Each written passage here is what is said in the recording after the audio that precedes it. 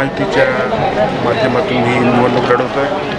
आज बघितलं असेल प्रचार फेरीला महायुतीचे सर्व पदाधिकारी कार्यकर्ते एकत्रितपणे फार मोठी रॅली पण काढली आणि प्रत्येकाला विजयाची खात्री आहे। त्याच्यामुळे मी फक्त एवढंच सांगेन, आता 2 दिवस शिल्लक आहे, 2 दिवस मतदारांसोबत राहून जास्तीत जास्त मतदान कसं होतं ते बघा आणि 23 तारीखला विजयाच्या जल्लोषात सामील होतं। आमदारकीसाठी पहिल्यांदाच उभे राहतात, काय विश्वास आहे? 100% विश्वास आहे मला।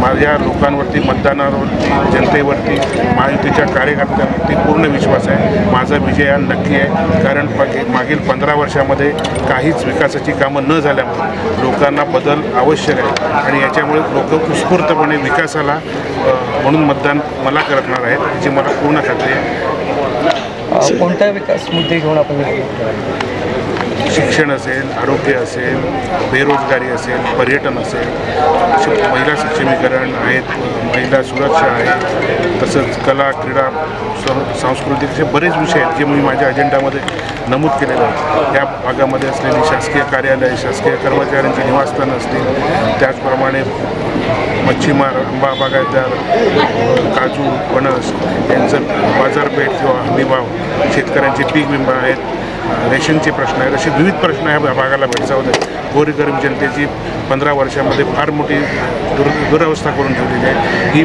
हा बदल मी एका काही दिवसामध्ये करून दाखवला। निवडून आल्यानंतर प्रथम सर्वात कोणतं काम करायचं? बेरोजगारी मिटवण्यासाठी मी पहिल्या दिवसापासून। धन्यवाद साहेब। आजचा शेवटचा दिवस आहे, मतदारसंघातल्या प्रत्येक मतदारापर्यंत पोहोचलात का आणि आता काय विश्वास वाटतो तुम्हाला?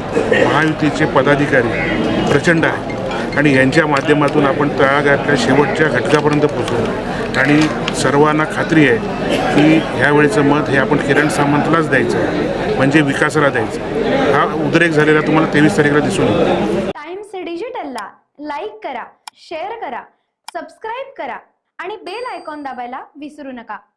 Times digital.